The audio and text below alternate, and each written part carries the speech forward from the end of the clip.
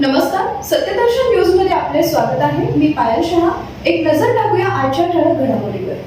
धनंजय मुंडे यांची सध्याच्या राजकारणाबद्दल नाराजी.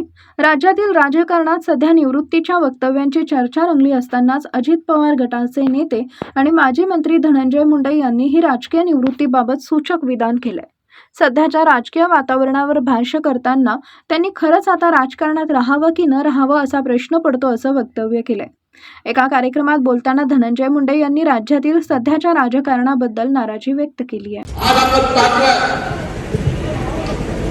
की कशा पद्धतीचं राजकारण चालू आहे. अशा राजकारणामध्ये माझ्यासारख्या व्यक्तीलाही वाटतंय की खरंच आज ज्या पद्धतीचं राजकारण चाललंय, जाती पाती धर्माचं,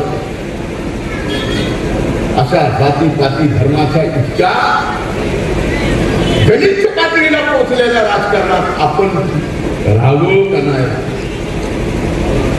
पण नंतर लक्षात येतं, हा विचार जरी मनात आला राहावं का न राहावं, पुन्हा वाटतं की उपेक्षितला उपेक्षित माणूस, लहानातले लहानी जात, त्या सगळ्या गोष्टी